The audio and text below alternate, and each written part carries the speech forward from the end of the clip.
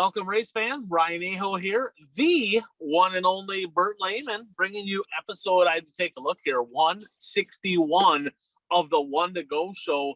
Of course, before we even start the show, brought to you by our friends over in Watertown, South Dakota, Dirt Track Supply. Anything you need in the racing world, right? Parts, safety equipment, tires, new chassis, aero chassis, you need aluminum, you need fabricating done, you name it. Get a hold of Trevor, get a hold of Ron over in Watertown, Dirt Track Supply, all things racing, and a great supporter of the sport, great supporter of the One to Go show. Thanks a lot, guys. But a little bit, we could have a pretty full episode here, Bert. More racing in the desert, speed week's underway, right? We're going to talk a little fast starts, slow starts, with soda, with a bold move. We'll talk a little bit about that towards the end of the show. But let's start with a blast to the past, of course, brought to you by Impact Health Sharing. Okay, so this is a time of year. I know open enrollment's done, but people are looking like, budgeting for the 2023 calendar year. Save some money on healthcare. I've been able to help a lot of people save thousands annually.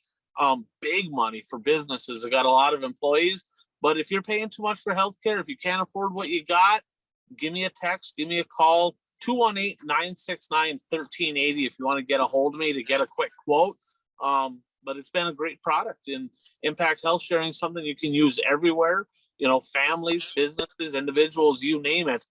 Give me a call, see if I can help you out. But Bert, 161. Do you have any 161s? I do not have a 161. No 161s. I don't either. I do have some 61s. Okay. Yeah. Do you have any from outside of your area? I have one. Where's he from? I don't know where he's from, but he raced at Cedar Lake Speedway. We both got that one. So I got another one here for you.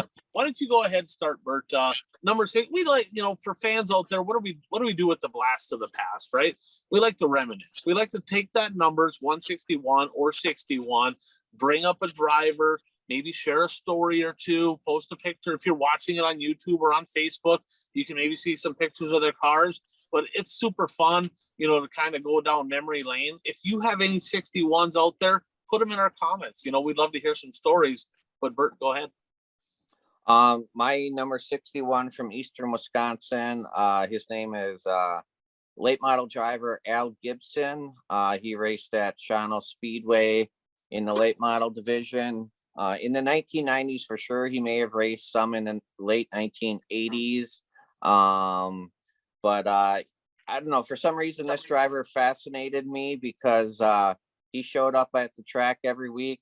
Blue car, no sponsors on it.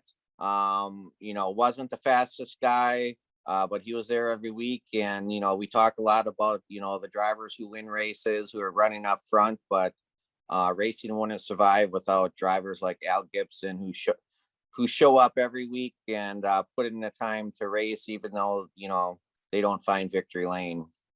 Not everybody has a Longhorn on Bill Stevens. All right. So there's that other group out there too. And you're right. You got to have them. I mean, there's a lot of great racers out there. There's a lot of people that just love the camaraderie, and it's a huge part of the sport. You got to have it. So well put, Bert.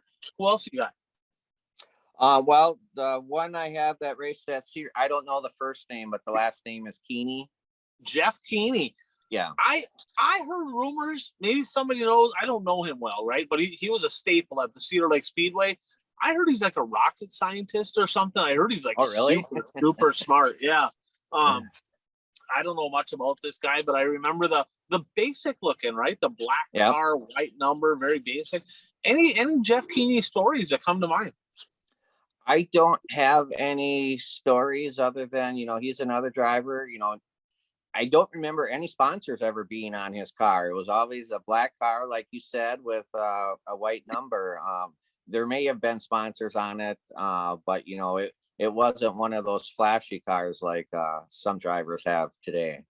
Right, absolutely. But yeah, he was around, and I don't know if that's his daughter or niece that runs. I think she's running in a B mod out there. Is it? I think Andrea Keeney. So it's another generation of Keeney racing, but That's a guy that was at the Cedar Lake Speedway for a long, long time. So I'm going to go north of the border, Bert. Okay, I'm going to go north of the border. And I'm going to give you this clue right here. Not so. I don't know. Tom, not so smart. Remember Tom Smart up there from Thunder Bay? No, I don't remember him. Yeah, he ran late models for a long time, made the trip down. He raced at Cedar once in a while, came down to Hibbing Superior, but we always called him Not So. I don't know if you really like that name all that terribly much, but it's stuck with him. When your name's Tom Smart, you're going to have people kind of throwing some kind of digs in there a little bit. I believe I don't know if he raced this past year, but I think he raced for sure recently in the open wheel division. I think Midwest mod, maybe an A mod. But Tom Smart, a guy that I remember back from the 80s, he did it for a very long time. And I know he still comes down, to Hibbing Superior for some of the specials and stuff like that. So all of you fans up in Thunder Bay, there's your love for north of the border. And I got another one here, that good friend of mine. I haven't talked to this guy for quite a while, but racing Jason Bowman. He ran in the super stock division. Back in the mid 90s, I believe, and Pete can maybe correct me if I'm wrong, but he bought Pete Niska's car, and then he actually bought my car in 1997. And Bert, 1997, we built a lead sled. So get this, 1996, Superior was rough, right? People whine about a few holes now. In 1996, the Superior Speedway, 8 cars, literally destroyed them just from being on the track. So we figured we're going to get smart. We're going to build a car that is not going to break. It was 1/8-inch frame rails. This thing was a tank, right? 0 flex, none. On the rough tacky stuff, it was just fine. On the dry slick stuff, it had less than 0 traction. By the midway point of 1997, I was begging him, just let me have that car back. You can have this new one. Let me take that one back. And but he hasn't raced for quite a few years. But Jason Bowman, number 61. So Bert, Speed Weeks are underway, my man. Speed Weeks, favorite time of year for dirt late model fans for sure. But modified guys, sprint cars are going to be having some laps down there. East Coast modifieds.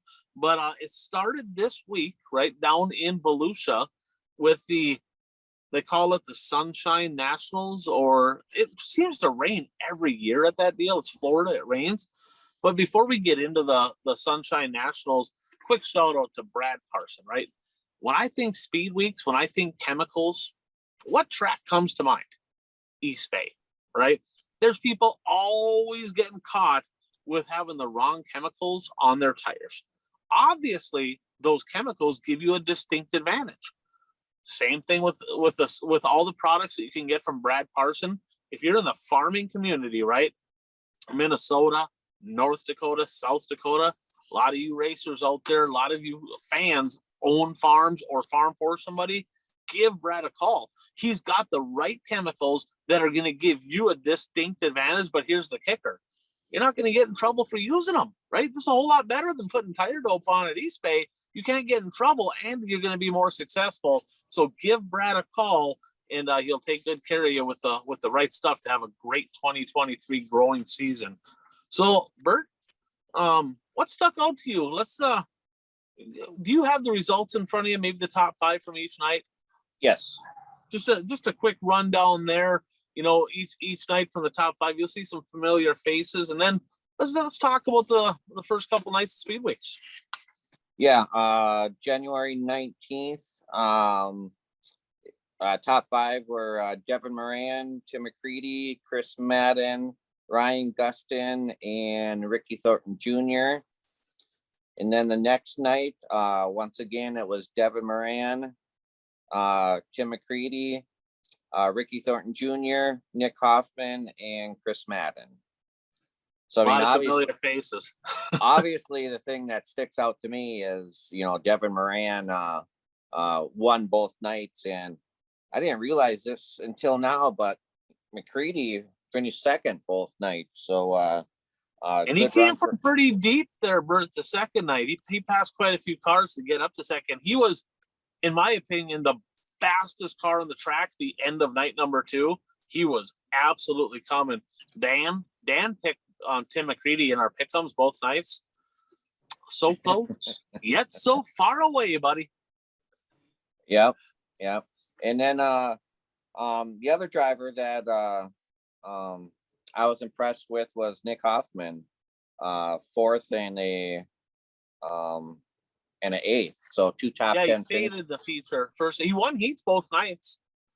Mod guy. I'm just pointing that out, right? The first 2 rows, night number 2, you had RTJ, Hoffman, and Strickler were both starting in the front 2 rows.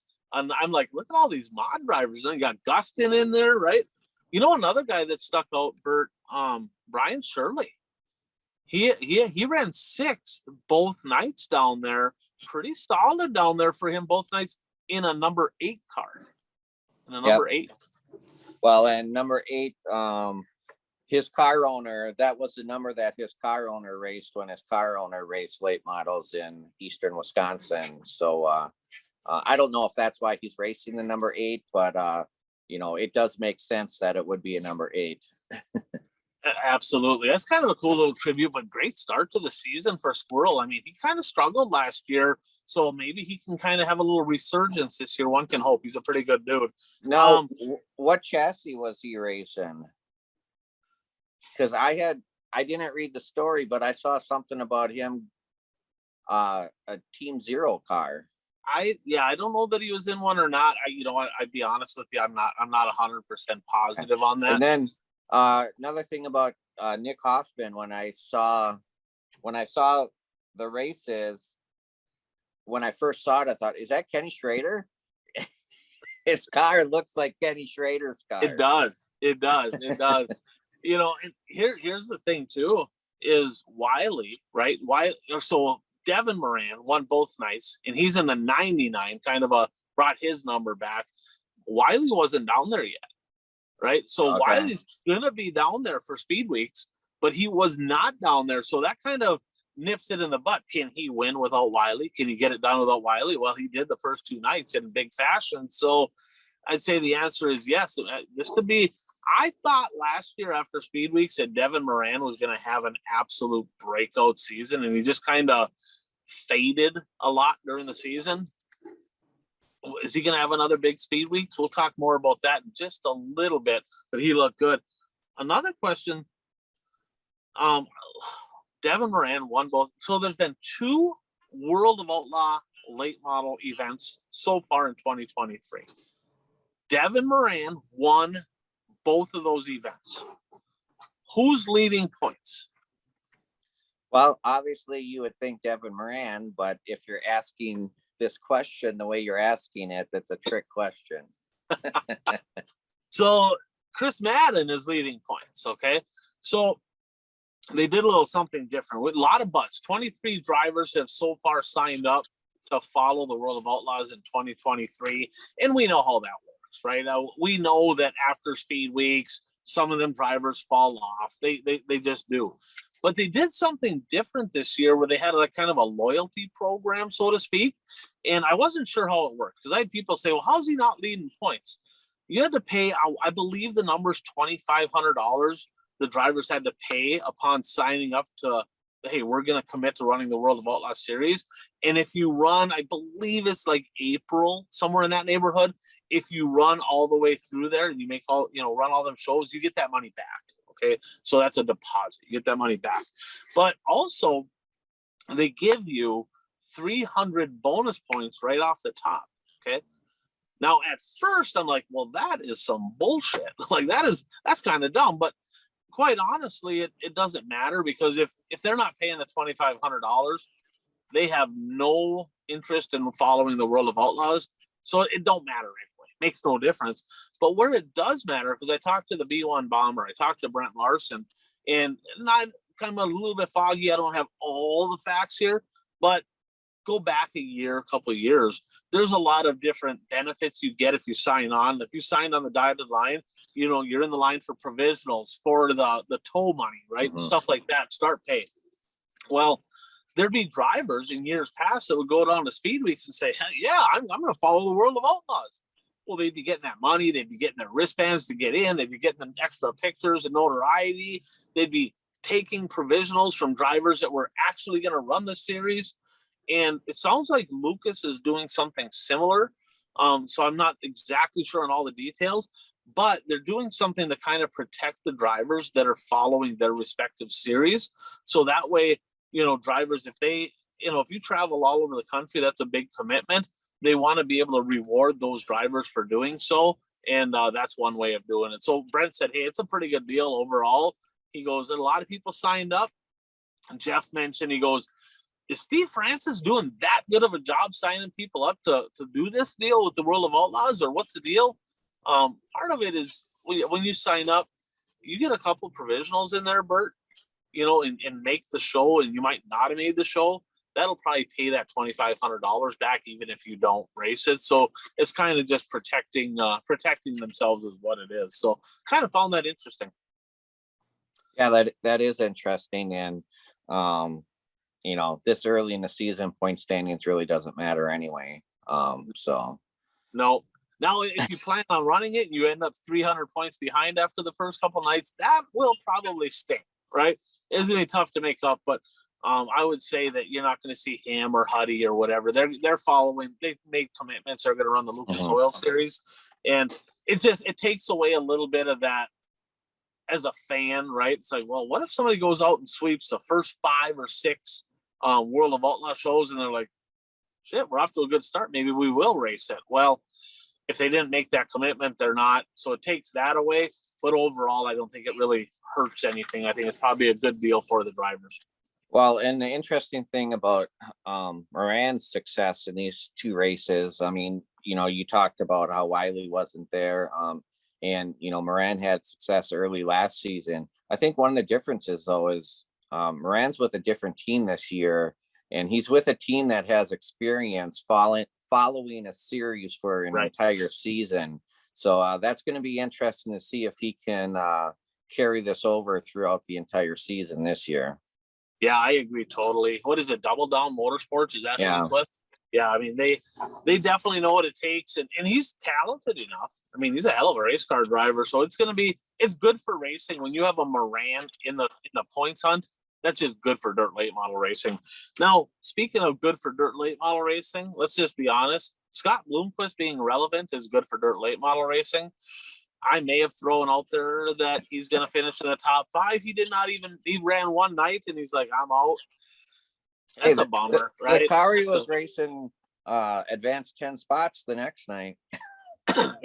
Well, with Pierce in it, right? With Pierce, yes. Yeah, well, but Fergie didn't make the show, right? Because didn't Fergie start running it that night? Yes. Yeah, so he didn't advance. So Pierce had to use a kind of musical cars, like who's going to be in the 58 tonight. But it was just a bummer. I mean, I don't want to dog the guy because he's definitely on the Mount Rushmore of dirt late model racing, but there comes a point in time that no matter how good you are, right, in whatever you do, your days are numbered, right? Enjoy that ride while you can. And I mean, have we seen the last of the Voodoo Child? I think we've seen the last of him in Victory Lane, unless it's some. Okay, let me rephrase it. I think we've seen the last of him in Victory Lane in any major event. I mean, he may race some small show somewhere and get in Victory Lane. But as far as on the national scene, yeah, I mean, it's unfortunate.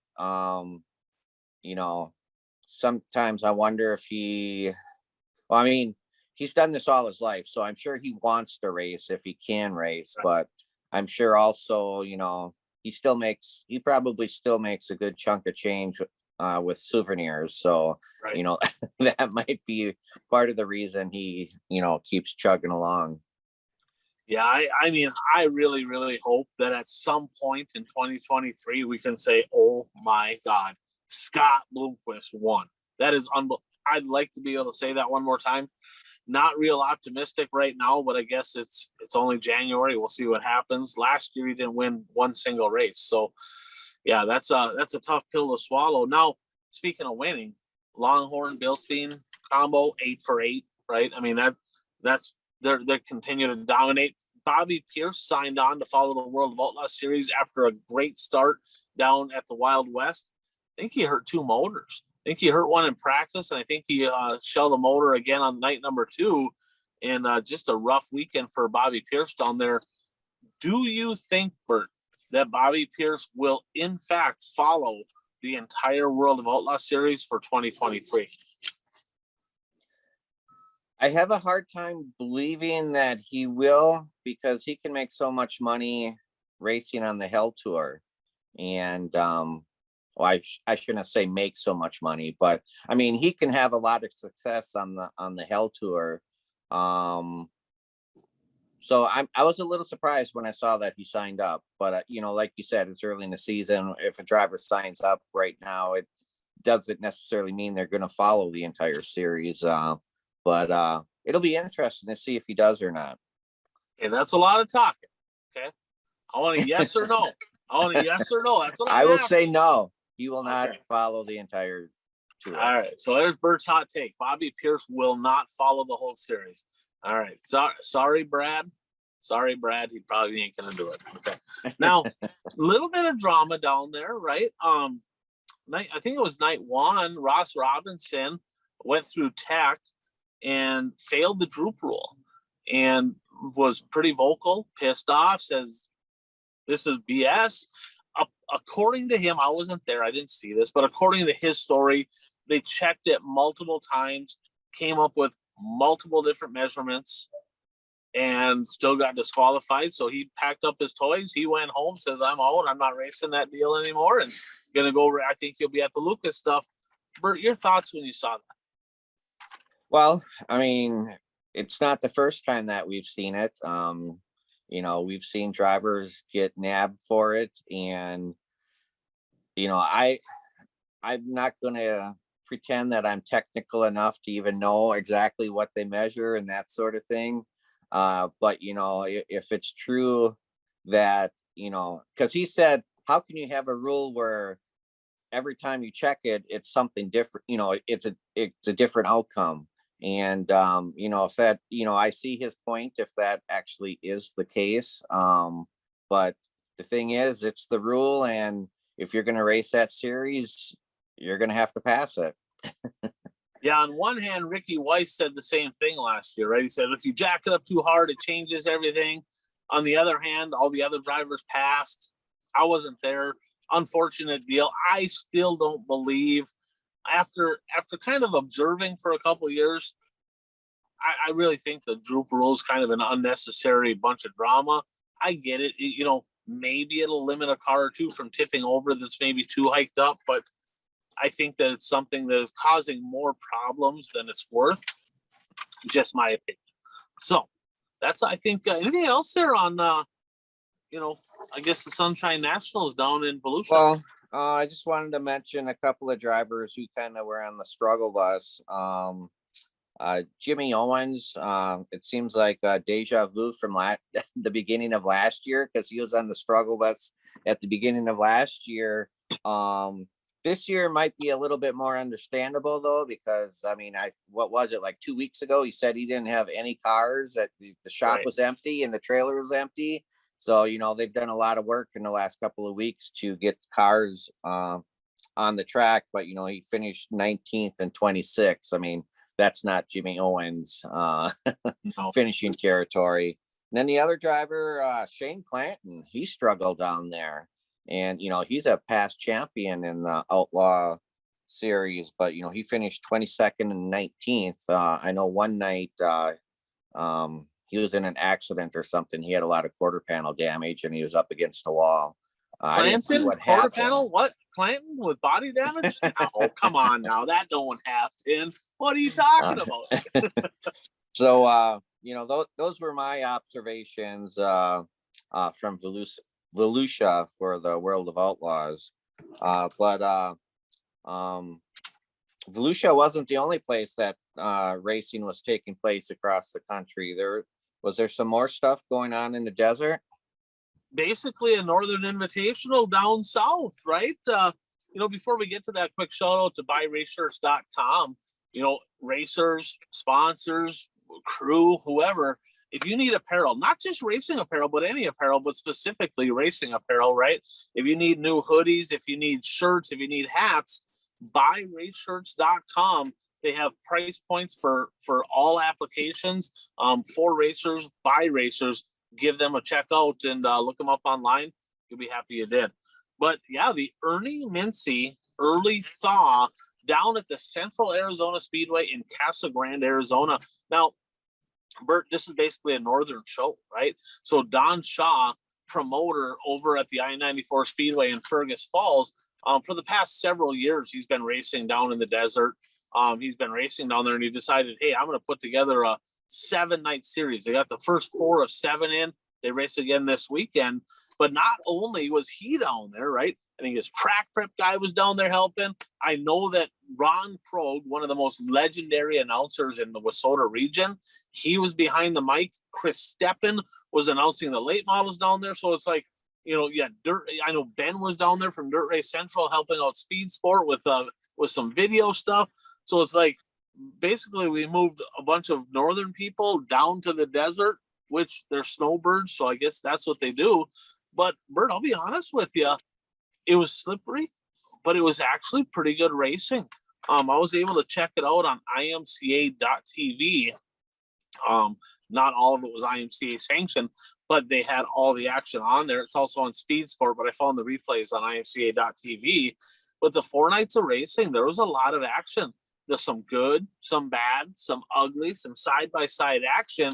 And I'll just give you a quick little synopsis, kind of a recap of maybe some finishing orders. And I got a few takes here from that event. So they had IMCA stock cars down there. And Zachary Madrid, he parked it in Victory Lane. He's a local kid down there. First couple nights, I raced against his dad, Anthony Madrid, when I was down there in a modified back in, I believe, 08 I was down there. So another kind of a cool thing seeing a second generation guy there. And then Trent Greger from Sykeston, North Dakota, on the podium. He got second and third the first 2 nights, and he parked it in Victory Lane the final 2 nights. So northern drivers representing well in the stock cars. Ryan Satter, who, I mean, he's an absolute stud in a Wissota street stock, kind of making the transition, running a little bit IMCA stock car. Bert should have won. He should have won the first night. He kind of had him covered. He may have, we'll just call it a PT stomp. It's just one of those deals. I think my dad was commenting. He's like, God, he should have won that one. It was he was cheering for him because he's a local guy from up north. But Saturday, then he actually on night number 3, 17th to 3rd. So I mean, he's got the speed. Talk more about him in a little bit. But the stock cars, I mean, as always, the car counts were a little light, the stock cars. But I mean, let's face it, IMCA stock car racing is really good. No different than Wissota street stock racing. I love watching that class. I'm going to jump into the limited mods next. Now, I'll give the winners. Okay, night number 1, Preston Carr. Okay, North Dakota driver, Wissota Midwest mod guy. Night number 2, Shane Sabraski won. Okay, number 825. That's his career win, number 825 in Matt Sparby's IMCA A mod. You heard that right. First night winner, Wissota Midwest mod. Night 2 winner, IMCA A mod. Night number 3, another IMCA A mod, the 18JT of Jeremy Thornton, who, let's just face it, there was a little bit of drama in that win. He was battling for the lead with his buddy Chaz Baca, got with lap traffic. Next thing you know, they're all facing the wrong way. No fault caution. He gets the win. First thing he said in Victory Lane is, usually I'm excited. Not real excited. I didn't deserve this one. I flat out dumped him, and he was pretty regretful. And to me, it looked like a racing deal. Didn't look like a horrible deal. It looked like a racing deal. And night number 4, Bert, the Nightmare Lucas Rodin with his second winter win of the year. And he got it done. I believe he got it done from 12th in a Wissota Midwest mod. So 2 Wissota Midwest mods, 2 IMCA A mods parking in Victory Lane. Okay. So what they did for this rule for the class is IMCA A mods raced against Wissota Midwest mods. And then down in the South, they have a class called X mods, which is a step up, maybe just a titch from a Wissota Midwest mod. and they found a way to intermarriage those three classes and have them compete against each other. I think they had to put some weight on the IMCA A mods. There was a couple things they had to do, and it worked. It worked. They were massively competitive. There wasn't, the WISSOTA Midwest mods didn't dominate. The IMCA A mods didn't dominate. It was absolutely competitive. Now, Bert, we've seen this. We've seen similar stuff, right? XR did it last year at some of their shows, like out in Vegas, right? Cedar Lake Speedway. Like, we'll take Cedar Lake Speedway. They have kind of an open mod deal where WISSOTA can run USRA. You're seeing more and more of this. So where I'm going to go with this, Bert, is sanctioning bodies. You need to wake up, because tracks and promoters, series promoters, they're proving that we do not need, to like put our drivers on an island. We don't need to do it, right? All these egos, and it's not just WISSOTA, it's IMCA, it's USRA, it's UMP. Bert, let's face it, the people that make the rules, and they're alphas, right? They're like, oh, it's my way. It's got to be my way. It's got to change. This proves right here that with just a couple little tweaks, you can take all these classes and marry them right together and make one class. Why not do it, right? It's working. It's been proven to work, and they do it in the dirt with the Dirt Kings and the Tri-State Late Model Series, right? Same concept. But I was a little skeptical of it. I'm like, boy, I don't know if Don knows what the hell he's doing here. What's he thinking? It worked. Tip of the cap, Don Shaw, for, and whoever maybe helped him with this, but they put that together, and I think it was a pretty good success. In the late model division, Bert, Ricky Weiss won night 1 and night 2. First, I'm just gonna ask your thoughts. And great that he's down there, and I know he knows Don. He knows a lot of them guys. So nothing wrong with him supporting that event. Are you a little surprised that Ricky stayed there versus going to Speed Weeks? I mean, my initial reaction is yes. I'm surprised that he stayed there instead of going to Speed Weeks. I mean, if you want to be a contender on the national late model scene, I've interviewed a lot of drivers, and they always tell me, if you want to improve yourself, you have to race against the best competition. And that's not saying that they didn't have good competition in Arizona, but obviously, if you're at Volusia, those are the top dirt late model drivers in the country. So yeah, I'm a little surprised by that. But I was a little surprised. But I mean, I don't know his reasoning. Maybe he just wanted to treat it as, like test, he wanted to try some things out and try them out there rather than against, the national drivers. And let's face it, racing's supposed to be fun. And if he's having fun out there, right, why not? He's having a good time. He knows a lot of them drivers. A lot of the people that are there are people that he knows well. So nothing wrong with that. I mean, he also lost one of his sponsors.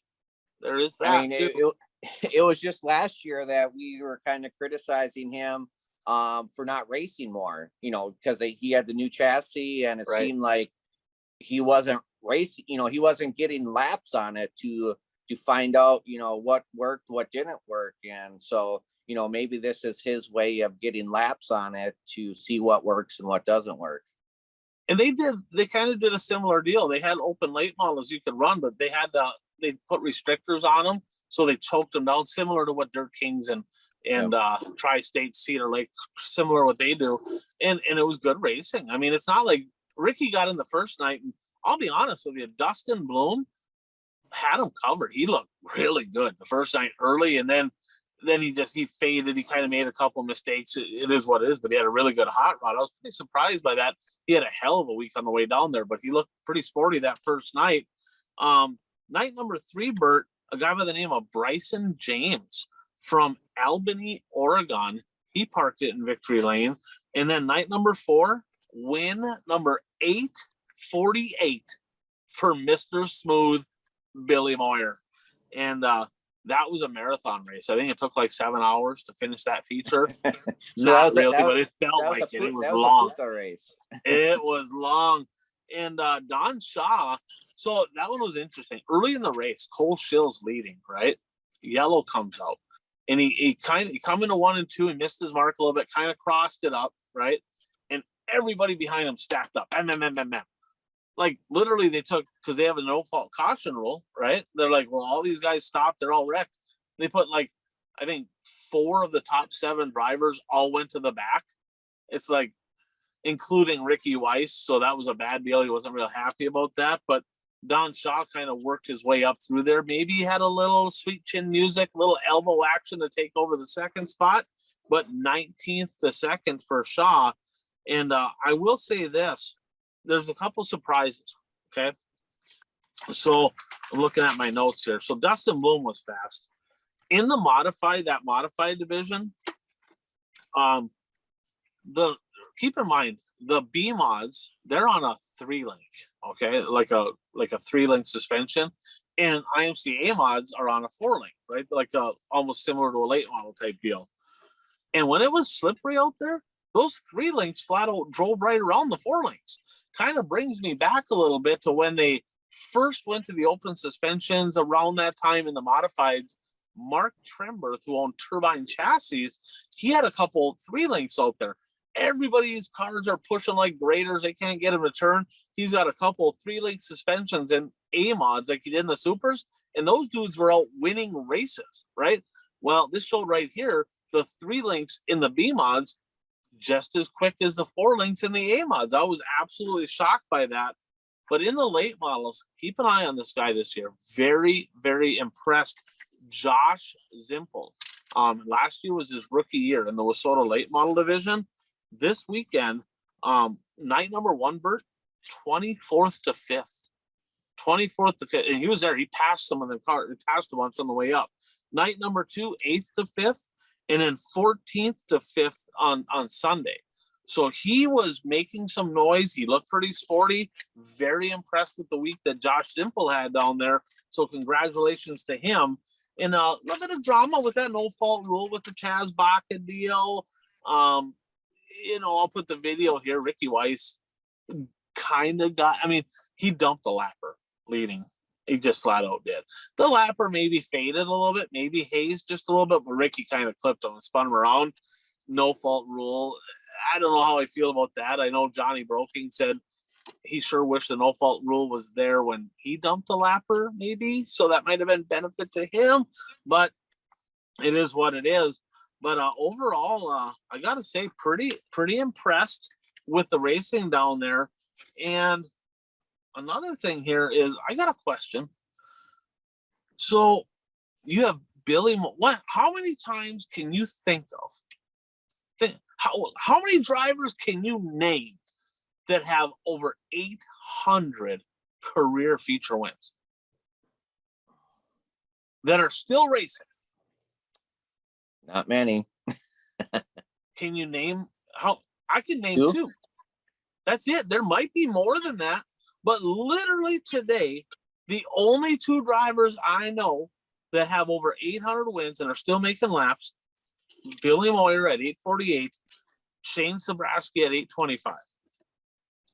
Somebody down there needs to get photos of these 2 together. That is like legendary. That's historic, right? That is absolutely, in my mind, I love the history of racing. Will we ever see that again? 2 drivers racing on the same night at the same track that both have over 800 wins? That's pretty impressive. Somebody needs to make note of that down there. Get a picture of these 2 guys this weekend, because that's a big, big deal. I thought that was pretty cool. So they got one more week coming up here. Of course, they're going to race Thursday, Friday, Saturday again, but track slick, racy, and way, way more. Bert, it wasn't even close. The amount of northern cars down there in Arizona as compared to the Wild West shootout, not even close.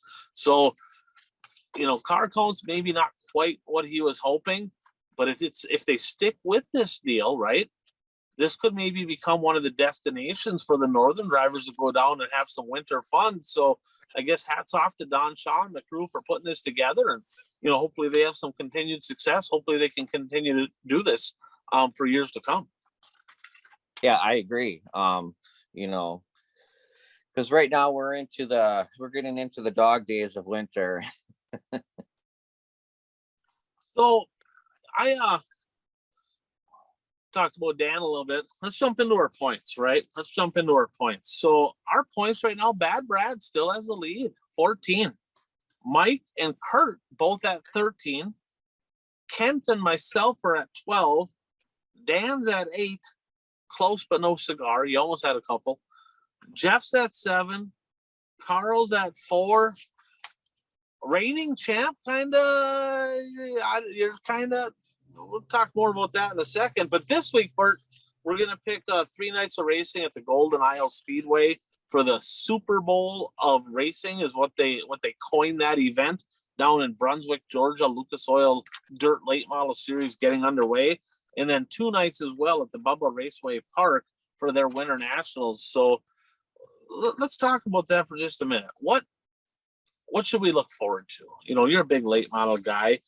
Golden Isles, Bubba. What should fans be watching for? What should they expect? What are you looking forward to as a fan at these 2 events?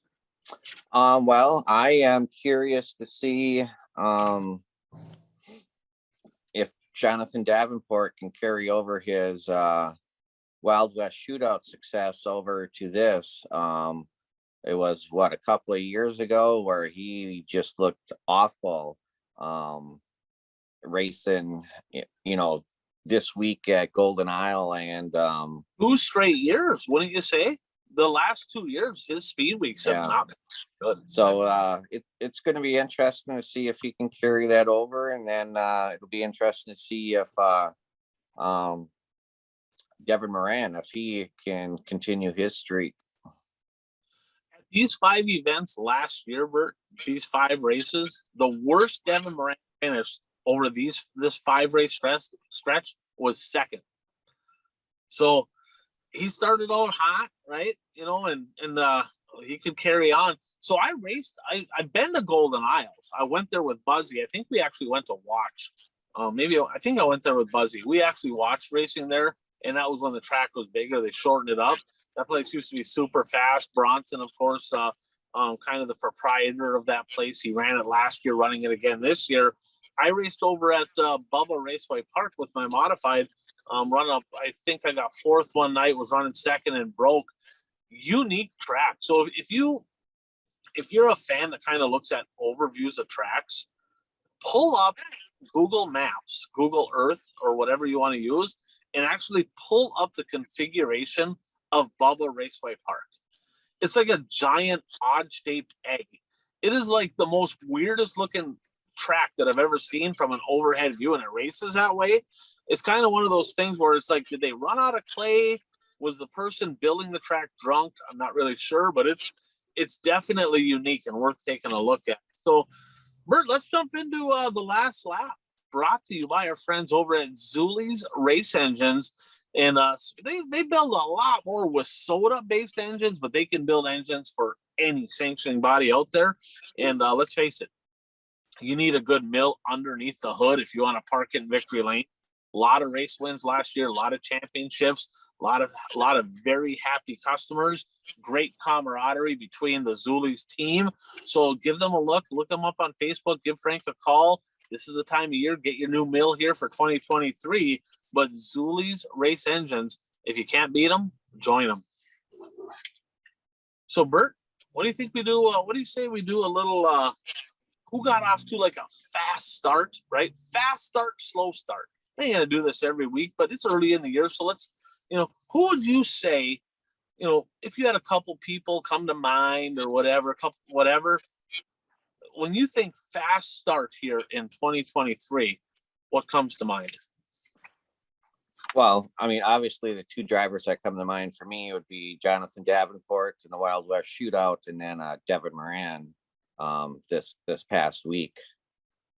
So yeah, and I'm gonna go with Devin Moran for sure. I mean, 2 for 2, new team. I mean, there's your guy, right? We talked about it. Like I think I said previously, I think that it might have been one of our picks. I don't know. Jeff will have to go back from last year and take a look. But I believe I said Brandon Shepard would be the first driver. Oh, no, not Brandon Shepard. Did I say Brandon? I thought I said maybe Tanner English. I can't remember who I said, but he can go back and look, right? I recall saying somebody different than Devin Moran was going to be the first to win in their new team. Well, he's won 2 already. Now, with that said, who's hot? If you really think about it, the Longhorn Bilstein combination. Dude, they're 8 for 8. They're 8 for 8. T-Mac was the fastest. I think T-Mac, if you had to pick on who was going to win on Saturday, of course it rained out. T-Mac on the long runs, look out. That cat is like motivated. He's really, really quick. Is Nick Hoffman in a Longhorn with Bilstein?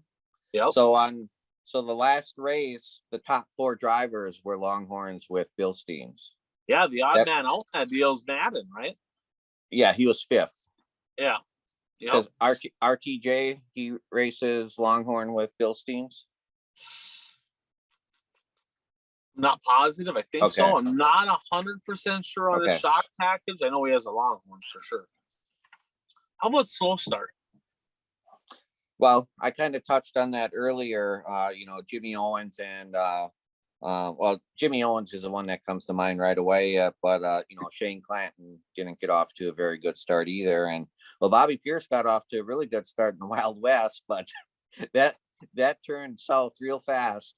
It did. We'll see how that transpires. We'll see how that goes in the coming weeks. I'm gonna go with Dennis Erb Jr., right? 17th and 11th, coming off a championship, his first ever championship season with the World of Outlaws. Didn't really look. He's in a rocket. That could be a problem. We'll see.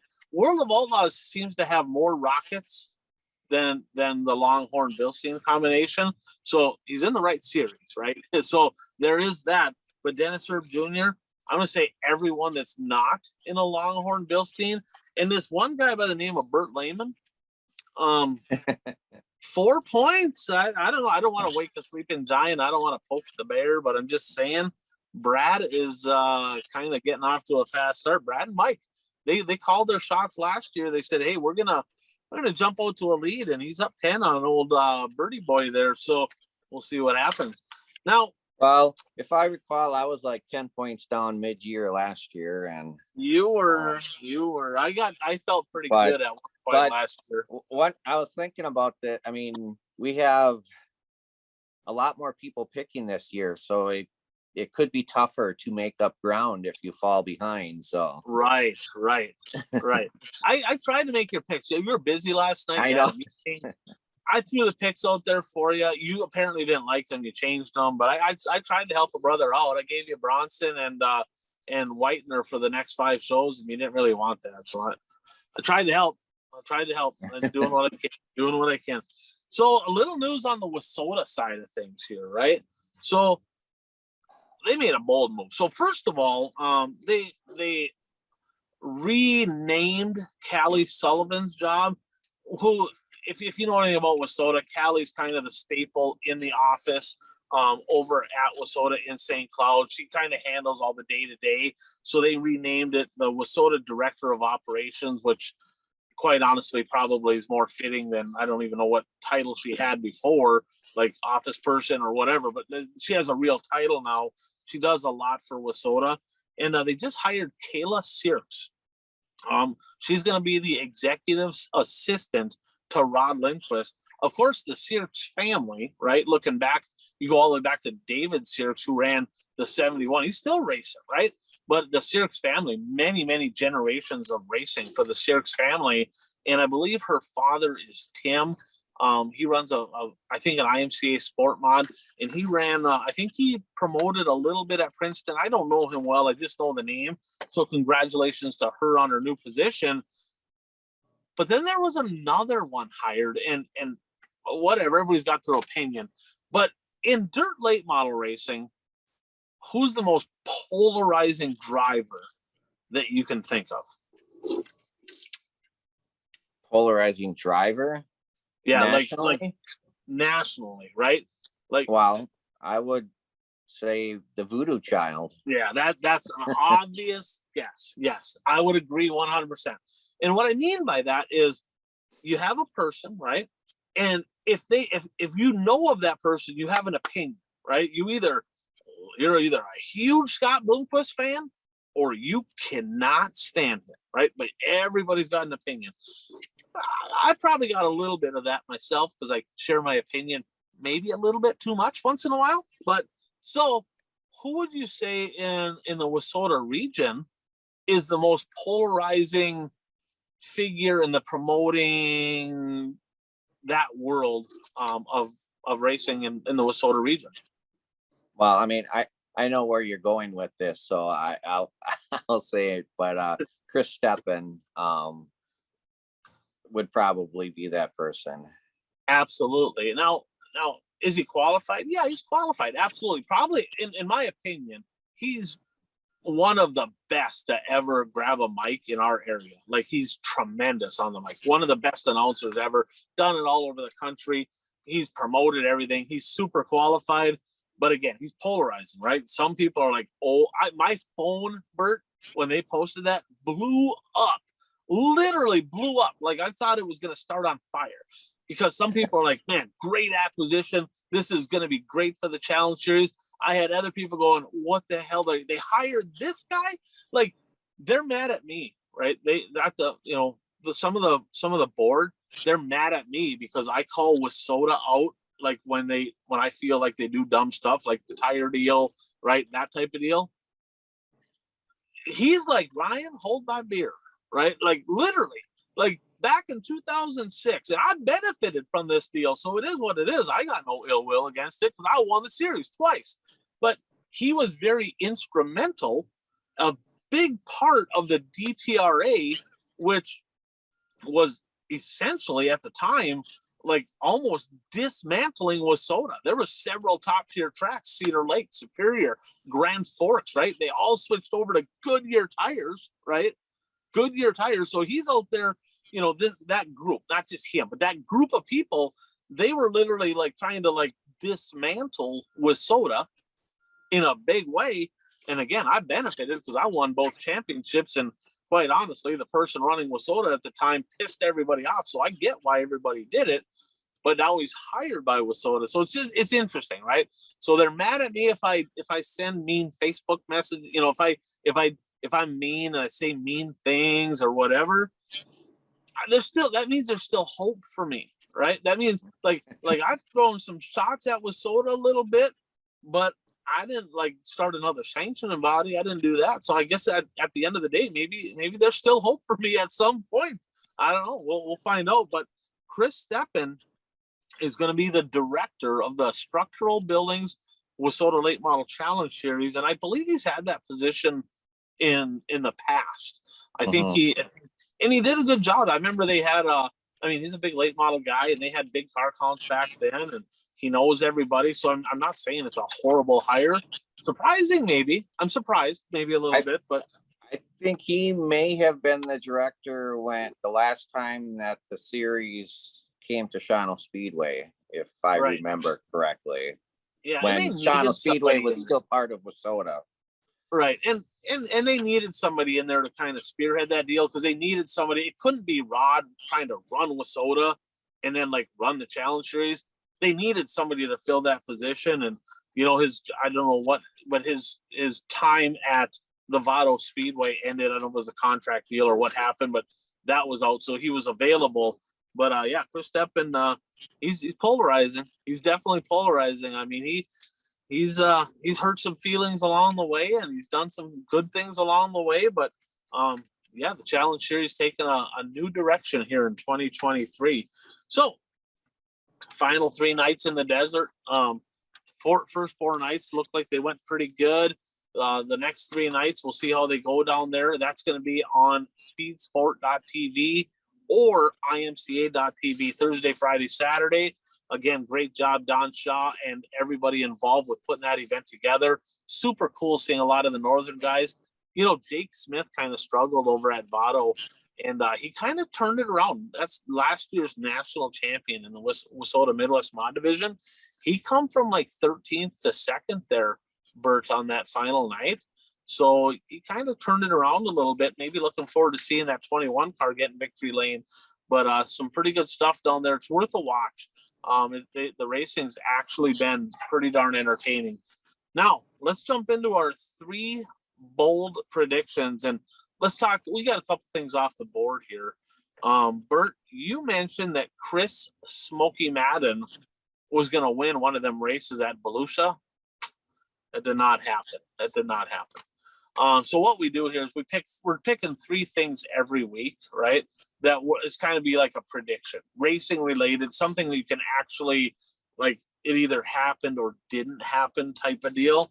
And we're going to keep tabulations on that, keep points on that. And at the end of that, the winner's going to get a free car or something. Probably, or something. And I had one wrong there too, Bert. I said the old voodoo child Scott Bloomquist was going to finish in the top 5 one of them nights. First of all, you need to make the feature. Second of all, you actually need to race the next night. Yeah, that did not happen. So looking at our season, right, coming back to the beginning of the year, we have 9 guesses in. Bert, you have 3 correct, 4 incorrect, and 2 still in play. I have 1 correct, which I should kind of get a half of one on. That one was kind of lame, and 4 incorrect, and I have 4 still in play, not counting this week. So what do you have for your bold predictions for this week? Well, I'm gonna go with one of my hot takes from earlier in the show, and I'll say, and this will be a year-long thing, I'll say Scott Bloomquist will not win a feature this year. You got a horseshit attitude. I'm just gonna yeah, that's man, oh man, I just can't even picture that in my mind, right? Go back-to-back years without wins, but I don't know. Are you gonna go? Let me ask you this. I'm gonna verify this. When you say Scott Bloomquist is not going to win a feature, are you talking on the national scene, or is that like 100% all together? Like he ain't going to sneak. Don Shaw is not going to call up Scott Bloomquist and say, Don, I got Schrader, right? I got Billy Moyer. Dude, get over here, run my car one weekend down here in Arizona, see if you can go out there parking Michigan. Okay. Is it going to be all wins or national scene? I'll say all wins. Don Shaw, call Scott Bloomquist. Get a hold of this cat. I know we can still win. Okay. I am going to go with this. The Longhorn-Bilstein combination will still be undefeated after the second race at Bubba. So we got the 3 races at Golden Isles, 2 races at Bubba. That ends on Monday. So within the next 5 nights, Longhorn-Bilstein will still be undefeated for 2023. Well, that's kind of stealing my next one, because my next one was Rocket gets shut out of victory lane in all the races this week. Well, I mean, it kind of does, but B-Chef could park it, right? B-Chef could get a win, so you might see a long. Okay, yeah, you're right. You're right. Yeah. Yep. Shane Clanton, I mean, even though he wasn't great at whatever at Volusia, it's not out of the realm of possibility that Clanton could maybe sneak that capital into victory lane. Yeah, so you're right. Okay. So Rocket will be shut out through Bubba. Yeah, the 5 races this week that we picked. Okay. Yeah. Okay. We'll stick with the Rocket theme. Chris Smoky Madden will be the first Rocket to win, and he will get it done at one of the Speed Weeks events, right? And he will actually be the first driver that is not a Longhorn-Bilstein driver. So he's going to be the first non-Longhorn-Bilstein driver to park it in victory lane, and he's going to do it at Speed Weeks. Okay. My third one is B-Shep continues his winless streak through these next 5 races. So you're doubling down on that one there. Doubling down. Okay. So yeah, all right. B-Chef gonna continue his winless streak. So Brandon, that is Bert Lehman, Bertleman for all hate mail. I'm going to go with Ryan Satter, Minnesota driver running the IMCA stock car. Man, I hope he's sticking around for this weekend. But he's going to park it in Victory Lane at least one of the final 3 nights down at Casa Grande in Arizona, down at Don Shaw's big event at the early thaw. So Bert, with that, you know, you got a lot of stuff. It was Speed Weeks. I'm fired up. What out of everything coming up here this week, is there one thing that you're like most excited for this week? Just seeing. I mean, we saw the World of Outlaws last week, so you know, I'm excited to see the Lucas guys. I mean, granted, this time of the year there's a lot of crossover between the two. But you know, like Davenport didn't race last weekend and stuff, so it'll be good to see all the Lucas guys compete against each other with a few outlaw guys thrown in there. Yeah, I'm just looking forward to Speed Weeks. I mean, it's the best time of year for dirt late model drivers. It's going to be fantastic, and you know, they do I don't know if you ever watched the ride home or the drive home or whatever on Facebook with the Dirt on Dirt crew. I eat that up. I think it's fantastic what they do there. That's always fun to watch, but just looking forward to more of that. And quite honestly, that, you know, the racing down in Arizona, you know, nice to see some of our Minnesota guys having some fun down there. So quick shout out to our sponsors again, Dirt Track Supply, Brad Parson with all of his solutions for ag. I want to thank buyraceshirts.com, Impact Health Sharing, Mason Aaron's Videos, Dirt Race Central, Zuli's Race Engines. I don't feel like I'm missing any there. So check all them out. Give them a shout. Give them a look. Support them. Support everybody in dirt racing. But episode 161 in the books, Bert. A lot of racing coming up. We're going to have a lot to talk about this coming week, with especially with the late model action. But I'm Ryan Aho. That is the Bert Lehman. Thanks for tuning in to the One to Go Show.